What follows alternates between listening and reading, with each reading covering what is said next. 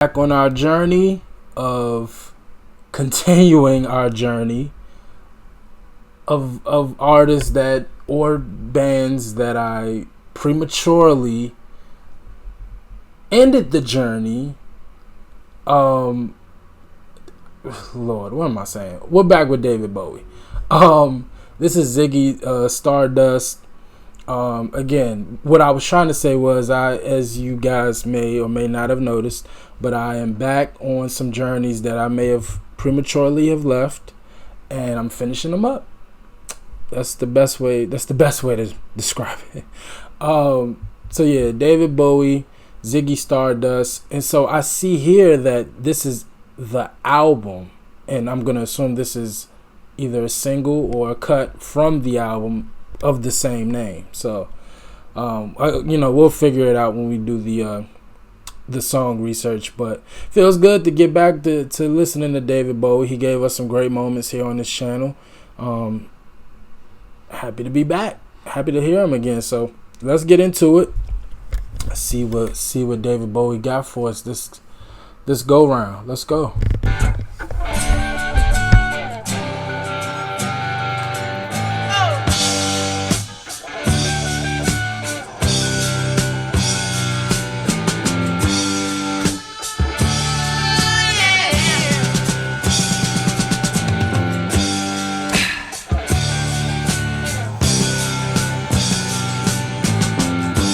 Ziggy played guitar, jamming good with Weird and Gilly and the Spiders from Mars.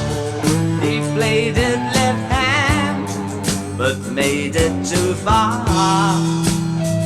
Became the special man, then we were Ziggy's band. Ziggy really sang, screwed up eyes and screwed down hairdo, like some cat from Japan. He could lick 'em by smiling, he could leave 'em to hang. Became one so loaded man, well hung in snow white tan. So where were the spiders while the fly tried to break our bones? Well, just the beer like to guide us. Can I just say, for one, this part of the song is by far my favorite part. But can I just say, I love how David Bowie's songs are mixed. Like the way his voice, the way it comes through the stereo, comes through your headphones. It is so ahead of its time.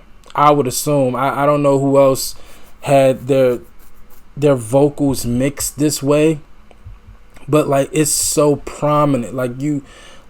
You could his voice drowns out everything. It drowns out the guitar and everything. It's so prominent. It's so strong. Like, I don't know. I really love the way his vocals are just mixed in all of the songs that I've heard. But this part right here is definitely my favorite. Now that the guitar is really picking up, this is fire. While the fly tried to break our bones, well, just the beer like to guide us. So we bitched about his pants and shirt with crutches we had.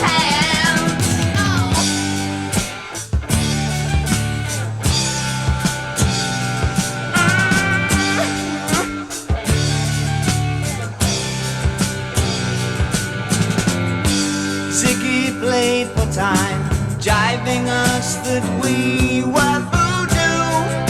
The kids were just crass, he was the Nas with God-given ass. He took it all too far, but boy could he play guitar. Making love with his ego, Ziggy sucked up into his mind, like a leper messiah. When the kids had killed a man, I had to break out the band.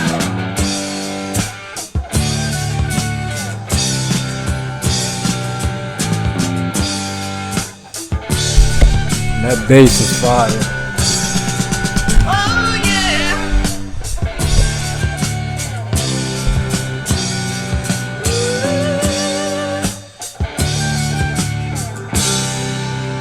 Ziggy played guitar.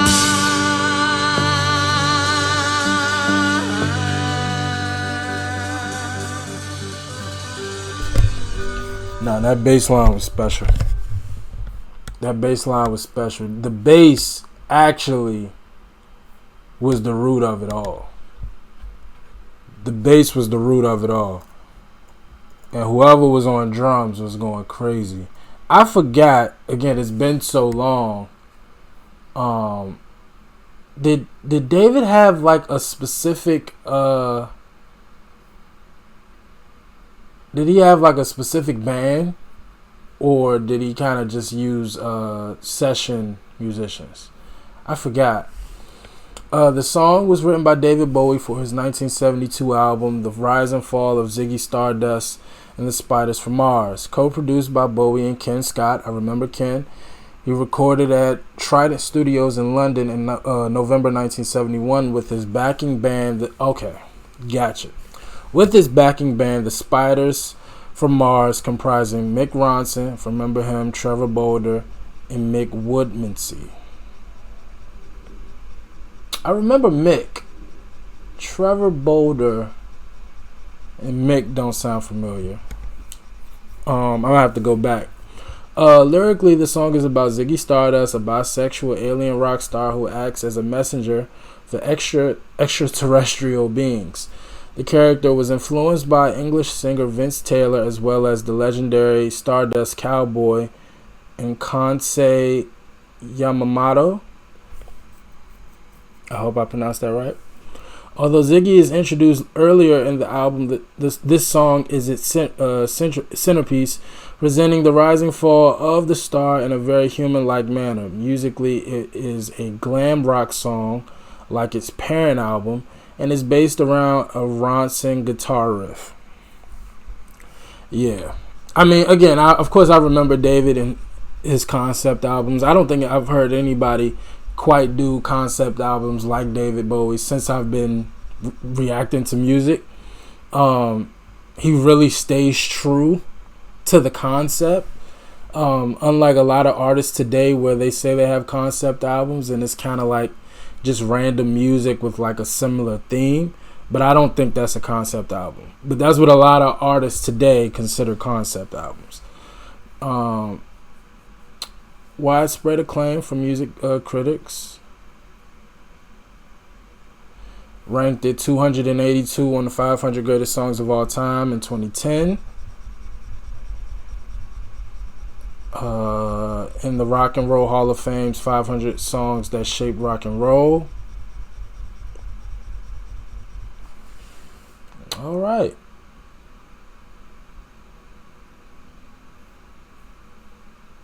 Bowie recorded an acoustic demo of the track between February and March 1971 at Radio Luxembourg or Borg's studio in London.